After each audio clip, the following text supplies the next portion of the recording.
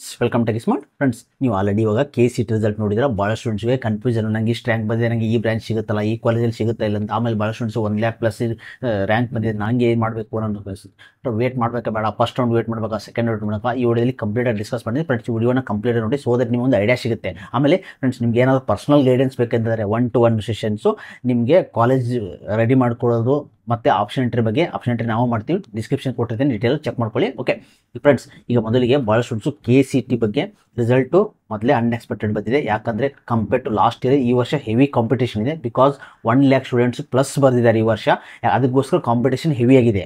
Okay, ನೀವು ನೋಡ್ಬರೋದು rank ಕೂಡ ಅದೇ ರೀತಿ ಇನ್ಕ್ರೀಸ್ ಆಗಿದೆ. ಪ್ಲಸ್ಸು ಇನ್ನೊಂದು ಏನು ಕಾರಣ ಏನಂದರೆ ಔಟ್ ಆಫ್ ಸಿಲೆಬಸ್ ಕ್ವಶನ್ಸು, ಅದೊಂದು ಕಾರಣ, ಒಂದು ಕಾರಣನೇ. ಯಾಕಂದರೆ ಅದು ಬಿಗ್ಗೆಸ್ಟ್ ಮಿಸ್ಟೇಕೆ. ಯಾಕಂದ್ರೆ KE ಮಾಡಿದ ಮಿಸ್ಟೇಕಿಂದ ಭಾಳ ಸ್ಟೂಡೆಂಟ್ಸ್ ಟೈಮ್ ವೇಸ್ಟ್ ಮಾಡಿದ್ದಾರೆ, ಬೇರೆ ಕ್ವಶನ್ಸ್ಗೆ ಟಚ್ ಮಾಡೋಕ್ಕೆ ಹೋಗಿಲ್ಲ. ಅಲ್ಲಿ ಅದಕ್ಕೆ ಟೈಮ್ ಕೊಟ್ಬಿಟ್ಟಿದ್ದಾರೆ. ಮಿಕ್ಕಿದ್ದು ಯಾವ್ದು ಬರುತ್ತೋ ಅದಕ್ಕೆ ಟ್ರೈ ಮಾಡೋಕ್ಕೆ ಹೋಗಿಲ್ಲ. ಸೊ ಈ ಥರನೂ ಆಗಿದೆ. ಅದಕ್ಕೆ CET ಮಾರ್ಕ್ಸ್ ನೋಡ್ಬೋದು ನೀವು, ಭಾಳ ಸ್ಟೂಡೆಂಟ್ಸ್ ಕಡಿಮೆ ಬಂದಿದೆ.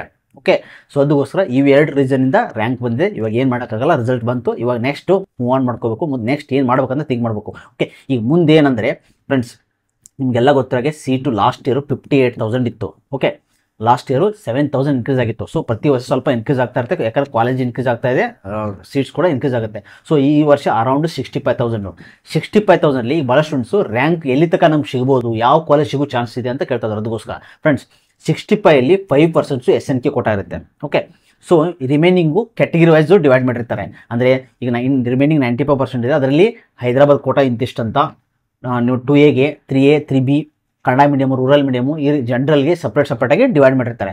ಸೊ ಈಗ ಡಿಪೆಂಡ್ ಅಪಾನ್ ಆ ಕ್ಯಾಟಗಿರಿ ಮೇಲೆ. ಆಮೇಲೆ ಈಗ ಫಾರ್ ಎಕ್ಸಾಂಪಲ್ 1,00,000 ಸ್ಟೂಡೆಂಟ್ಸು 1,00,000 ತನಕ ರ್ಯಾಂಕ್ ಬಂದಿದೆ ಅಂದ್ಕೊಳ್ಳಿ. 1,00,000 ತನಕ ಬರೋ ಸ್ಟೂಡೆಂಟ್ಸ್ ಏನು ಮಾಡ್ತಾರೆ ಅಂದರೆ ಮೀನ್ ಬಿಟ್ಟು ಇನ್ನೂ ಭಾಳ ಸ್ಟೂಡೆಂಟ್ಸು ಥಿಂಕ್ ಮಾಡ್ತಾರೆ. ಈಗ ನಂದು 60,000 ಇದೆ, ಸೊ ನನಗೆ ಚೆನ್ನಾಗಿರೋ ಕಾಲೇಜಲ್ಲಿ ಫಿಕ್ಸ್ ಆಗಿರ್ತಾರೆ, ನಾನು ಇದೇ ಬ್ರಾಂಚ್ ಮಾಡಬೇಕು. ಓಕೆ, ನಾನು ಟಾಪ್ ಕಾಲೇಜಲ್ಲೇ, ಅಂದರೆ ಅಟ್ಲೀಸ್ಟ್ ಟಾಪ್ 30 ಕಾಲೇಜಲ್ಲೇ ಮಾಡ್ಬೇಕಂತ ಫಿಕ್ಸ್ ಆಗಿರ್ತಾರೆ. ಯಾಕಂದ್ರೆ ಅಲ್ಲಿ ಮಾಡಿದ್ರೇ ವ್ಯಾಲ್ಯೂ ಅಂತ ಅವ್ರು ತಿಳ್ಕೊಂಡಿರ್ತಾರೆ. ಯಾಕಂದ್ರೆ ಪ್ಲೇಸ್ಮೆಂಟ್ಸು ಇವೆಲ್ಲ ನೋಡಿಕೊಂಡ್ರೆ ಇಂಪಾರ್ಟೆಂಟ್. ಯಾಕಂದ್ರೆ ನಾರ್ಮಲ್ ಜಸ್ಟ್ ಡಿಗ್ರಿ ಮಾಡಿದ್ರೆ ಉಪಯೋಗಿಲ್ಲ. ಆಮೇಲೆ ಫ್ರೆಂಡ್ಸ್ ಭಾಳ ಸ್ಟೂಡೆಂಟ್ಸ್ ಥಿಂಕ್ ಮಾಡ್ತಾರೆ, ಬಟ್ ಇಂಜಿನಿಯರಿಂಗ್ ಮಾಡೋಣ, ಯಾವುದೊಂದು ಬ್ರಾಂಚ್ ಮಾಡೋಣ ಅಂತ ತಿಳ್ಕೊಂಡಿರ್ತಾರೆ. ಈಗ ಫ್ರೆಂಡ್ಸ್ ಭಾಳಷ್ಟು ಥಿಂಕ್ ಮಾಡಿ, branch is very important, college also very very important. Think ಮಾಡಿ. ಸಿಂಪ್ಲಿ ನನಗೆ ಯಾರೋ ಒಂದು ಇಂಜಿನಿಯರಿಂಗ್ ಮಾಡಬೇಕಾದ್ರೆ ಮಾಡ್ಬೋದು, ಪ್ರಾಬ್ಲಮ್ ಇಲ್ಲ. ನೀವು ಜಸ್ಟ್ ನನಗೆ ಏನು ನಮಗೆ ಜಸ್ಟ್ ನಾನು ಡಿಗ್ರಿ ಕಂಪ್ಲೀಟ್ ಮಾಡಬೇಕು, ಇಂಜಿನಿಯರಿಂಗ್ ಕಂಪ್ಲೀಟ್ ಮಾಡಬೇಕಾದ್ರೆ ನಿಮ್ಮ ಇಷ್ಟ ಅದು. ಆದರೆ ಥಿಂಕ್ ಮಾಡಿ, ಬ್ಲೈಂಡ್ಲಿ ಯಾವುದೇ ಬ್ರಾಂಚ್ ಚೂಸ್ ಮಾಡೋ, ಅದರಲ್ಲಿ ಫ್ಯೂಚರ್ ಇಲ್ಲದೆ ಯಾವುದೇ ಚೂಸ್ ಮಾಡೋಕ್ಕೆ ಹೋಗ್ಬೇಡಿ, ಕರೆಕ್ಟಾಗಿ ಥಿಂಕ್ ಮಾಡಿ. ಓಕೆ, ಮತ್ತು 1,00,000 ಬಂದವರು, 1,00,000+ ಬಂದವರು ಸಿಗುತ್ತೆ ಸಿಗಲ್ಲ ಅಂತ ತಿಳ್ಕೊಬೇಡಿ. 1,00,000 ಬಂದವ್ರಿಗೂ ಸಿಕ್ಕಿದೆ. ಲಾಸ್ಟ್ ಇಯರ್ಗೆ 1,05 ತನಕ ಸಿಕ್ಕಿದೆ. ಯಾಕೆ ಹೇಳಿ, ಕ್ಯಾಟಗಿರಿ ಮೇಲೆ ಡಿಪೆಂಡ್ ಆಗುತ್ತೆ. ಸೊ ಟೋಟಲು ಈಗ 65,000 ಸೀಟ್ಸ್ ಅರೌಂಡು. ಬಟ್ ಅದರಲ್ಲಿ ಕ್ಯಾಟಗಿರಿ ಮೇಲೆ ಮ್ಯಾಟ್ರ್ ಆಗುತ್ತೆ, ನಿಮ್ದು ಯಾವ ಕ್ಯಾಟಗಿರಿ ಆಗುತ್ತೆ. ಆಮೇಲೆ ಬೇರೆಯವ್ರ ಸ್ಟೂಡೆಂಟ್ಸ್ ಇವಾಗ ಇನ್ ಬಿಟ್ವೀನು 1,00,000 ಒಳಗಡೆ ಬಿಡೋದು ಬೇರೆ ಶಿಫ್ಟ್ ಆಗ್ತಾರೆ. ಇವಾಗ ಒಬ್ಬರು ಮ್ಯಾನೇಜ್ಮೆಂಟ್ ಆಗಿರ್ಬೋದು, ಮ್ಯಾನೇಜ್ಮೆಂಟ್ ಶಿಫ್ಟ್ ಆಗ್ತಾರೆ. ಆಮೇಲೆ ಈ ರ್ಯಾಂಕ್ ಬಂದವರು ಕೆಲವೊಬ್ಬರು ನೀಟಿಗೆ ಶಿಫ್ಟ್ ಆಗ್ತಾರೆ, ಕೆಲವೊಬ್ಬರು ಡ್ರಾಪ್ ತೊಗೊಂಡು ನೆಕ್ಸ್ಟ್ ನೀಟ್ ಬರೋರ್ತಾರೆ, ಕೆಲವೊಬ್ಬರು CET ಬರೋರ್ತಾರೆ. ಯಾಕಂದ್ರೆ ಅವ್ರು ಫಿಕ್ಸ್ ಆಗಿರ್ತಾರೆ, ನಾನು ಇದೇ ಬ್ರಾಂಚ್ ಮಾಡಬೇಕು, ಇದೇ ಬ್ರಾಂಚಲ್ಲಿ ವ್ಯಾಲ್ಯೂ ಇದೆ, ನಾನು ಟಾಪ್ ಸ್ಕೋರ್ ಮಾಡಲೇಬೇಕಂತ ಒಂದೊಂದು ಡ್ರಾಪ್ ತೊಗೊಳ್ಳೋರು ಇದ್ದಾರೆ. ಆದರೆ ಥಿಂಕ್ ಮಾಡೋದು ನಿಮ್ಮ ಮೇಲೆ ಡಿಪೆಂಡ್. ಬಟ್ ಓನ್ಲಿ ಡಿಗ್ರಿಗೋಸ್ಕರ ಮಾಡೋಕ್ಕೆ ಹೋಗ್ಬಿಡಿ. ಆಮೇಲೆ ಕಾಲೇಜು ನೀವು ಈಗ ಫಾರ್ ಎಕ್ಸಾಂಪಲ್ಲು ಟಾಪ್ 20 ಟಾಪ್ 30 ಇವೆಲ್ಲ 25 ಇನ್ನೊಂದೇನಂದರೆ 25,000 ಒಳಗಡೆ ಬಂದರೆ ನೀವು ಟಾಪ್ 20 ಕಾಲೇಜು 25 ಕಾಲೇಜ್ ತನಕ ಸಿಗೋ ಚಾನ್ಸಸ್ ಇದೆ. ಓಕೆ, ಆದರೆ ನೀವು ಬ್ರಾಂಚ್ ಮೇಲೆ ಡಿಪೆಂಡು. ಈಗ ಒಂದು ಕಾಲೇಜಲ್ಲಿ 6 to 7 ಬ್ರಾಂಚಸ್ ಇರುತ್ತೆ. ನೀವು ಯಾವ ಬ್ರಾಂಚ್ ಮಾಡ್ಕೊಂಡಿದ್ದಿಲ್ಲ ಆ ಬ್ರಾಂಚು ನೀವು ಟ್ರೈ ಮಾಡಬೇಕಾಗತ್ತೆ. ಸಿಂಪ್ಲಿ ನೀವು ಆ ಬ್ರಾಂಚ್ ನಿಮ್ಮ ಇದಕ್ಕೋಸ್ಕರ, ನೀವು ಕಾಲೇಜ್ಗೋಸ್ಕರ ಬ್ರಾಂಚ್ನ ಶಿಫ್ಟ್ ಮಾಡೋಕೆ ಹೋಗ್ಬೇಡಿ. ಯಾಕಂದ್ರೆ ನಿಮ್ಮ ಇಂಟ್ರೆಸ್ಟ್ ಇಂಪಾರ್ಟೆಂಟು.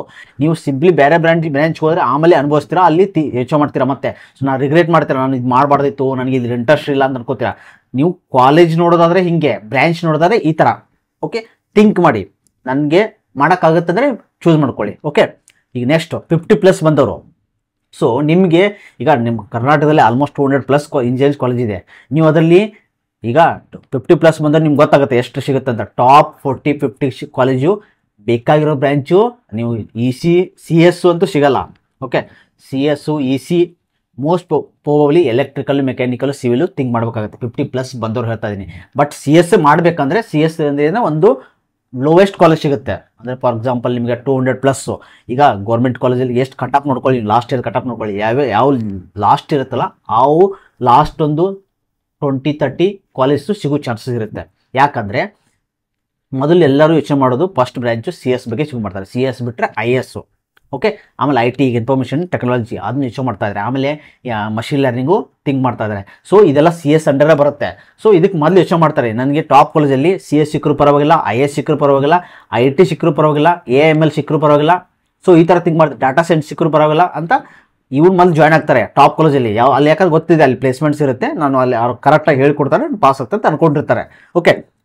ಸೊ ಈ ಬ್ರಾಂಚ್ ಬಗ್ಗೆ ಭಾಳಷ್ಟು ಕಾಂಪಿಟೇಷನ್ ಇದೆ, ಒಪ್ಕೋತೀನಿ. ಫಸ್ಟ್ ಕಾಂಪಿಟೇಷನ್ ಇದೆ CS IS. CS ಬ್ರಾಂಚ್ ಏನು ಸಬ್ ಬ್ರಾಂಚ್ ಇದೆ ಅದು ಎಲ್ಲರಿಗೂ ಕಾಂಪಿಟೇಷನ್ ಇದೆ. ಫಸ್ಟ್ ಅಪ್ಲೈ ಮಾಡೋದು ಎಲ್ಲರೂ ಅದೇ. ಓಕೆ. ನೆಕ್ಸ್ಟ್ ಬಂದುಬಿಟ್ರೆ ಅದಾದ ತಕ್ಷಣ ಥಿಂಕ್ ಮಾಡೋದು EC ಬಗ್ಗೆ.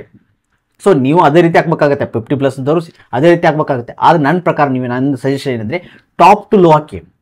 ಸೊ ಟಾಪ್ ಟು ಲೋನ್ ಹಾಕಿ, ಸಿಗಲೇ ಇಲ್ಲಿ. ಯಾಕಂದರೆ ಕ್ಯಾಟಗಿರಿ ಮೇಲೆ ಆಗುತ್ತೆ, ನಿಮ್ಮ ಲಕ್ಕು ಆಗುತ್ತೆ, ಇಲ್ಲಿ ಲೆಕ್ಕು ಮ್ಯಾಟ್ರ್ ಆಗುತ್ತೆ. ಯಾಕಂದರೆ ಬೇರೆಯವ್ರು ಯಾರೇ ಅಪ್ಲೈ ಮಾಡಿಲ್ಲ ಅಂದರೆ ಆ ಕಾಲೇಜ್ ನಿಮ್ಗೆ ಸಿಗೋ ಚಾನ್ಸಸ್ ಇರುತ್ತೆ. ಆದರೆ ನೀವು ರಿಸರ್ಚ್ ಮಾಡೋದು ಭಾಳಷ್ಟಿದೆ, ಸಿಂಪ್ಲಿ ಕೂತ್ಕೊಂಡ್ರೆ ಆಗಲ್ಲ.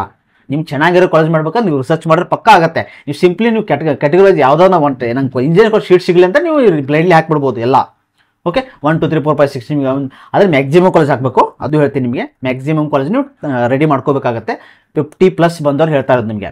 ಮ್ಯಾಕ್ಸಿಮಮ್ ಕಾಲೇಜನ್ನು ನೀವು 100 200+ ರೆಡಿ ಮಾಡ್ಕೋಬೇಕಾಗತ್ತೆ. ಆದರೆ ಅಲ್ಲಿ ಆ ಕಾಲೇಜ್ ಸಿಕ್ಕರೆ ನಾಳೆ ಹೋಗ್ಬೇಕು ಅನ್ನೋಕ್ಕೂ ಟ್ರೈ ಮಾಡಬೇಕಾಗತ್ತೆ, ನೀವು ಹೋಗಲೇಬೇಕಾಗತ್ತೆ. ಅಂದರೆ ನೀವು ನೆಕ್ಸ್ಟ್ ಬೇಕಂತ ಕ್ಯಾನ್ಸಲ್ ಮಾಡ್ಬೋದು, ಸೆಕೆಂಡ್ ರೌಂಡಲ್ಲಿ ಅದು ನಿಮ್ಮ ಇಷ್ಟ, ಆದರೆ ಟ್ರೈ ಮಾಡಿ. ಆಮೇಲೆ 1 lakh ಬಂದವ್ರು ಹೇಳ್ತಾ ಇದ್ದೀನಿ, 1 lakh ಬಂದವರು ನೀವಂತೂ ರಿಸರ್ಚು ಈ 50+ ಜಾಸ್ತಿ ಮಾಡಬೇಕಾಗತ್ತೆ. ಯಾಕಂದರೆ ನಿಮ್ಗೆ ರಿಯಲಿ ಇಂಜಿನಿಯರಿಂಗ್ ಮಾಡಬೇಕಂದ್ರೆ, ನಿಮ್ಗೆ ಬೇಕಾಗಿರೋ ಬ್ರಾಂಚ್ ಮಾಡ್ಬೇಕಂದ್ರೆ ನೀವಂತೂ ಕಾಲೇಜ್ ಬಗ್ಗೆ ಹೆವಿ ರಿಸರ್ಚ್ ಮಾಡಬೇಕಾಗತ್ತೆ.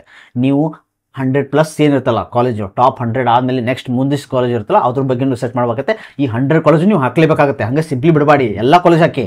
ಓಕೆ. ನೀವು ಫಸ್ಟಿಂದನೂ ಟಾಪ್ ಟು ಹಾಕಿ. ಏನಂದರೆ ಅನ್ಲಿಮಿಟೆಡ್ ಇದೆ, ನೋ ಲಿಮಿಟು, ಎಷ್ಟು ಬೇಕಾದ್ರೆ ಅಪ್ಲೈ ಮಾಡ್ಬೋದು. ಆದರೆ ನನ್ನ ಸಜೆಷನ್ ಅಂದರೆ ಮ್ಯಾಕ್ಸಿಮಮ್ ಕಾಲೇಜ್ನ ಆ್ಯಡ್ ಮಾಡಬೇಕಾಗುತ್ತೆ. ಆದರೆ ಒಂದೇ ಸತಿ ಆ್ಯಡ್ ಮಾಡಿದ್ರೆ ನೆಕ್ಸ್ಟ್ ನಿಮಗೆ ಮತ್ತೆ ಆ್ಯಡ್ ಮಾಡೋಕ್ಕಾಗಲ್ಲ. ಅದಕ್ಕೋಸ್ಕರ ಹೇಳ್ತಾ ಇರೋದು ಫಸ್ಟ್ ರೌಂಡಲ್ಲಿ ಮ್ಯಾಕ್ಸಿಮಮ್ ಕಾಲೇಜ್ನ ನೀವು ಅಪ್ಲೈ ಮಾಡಬೇಕಾಗತ್ತೆ.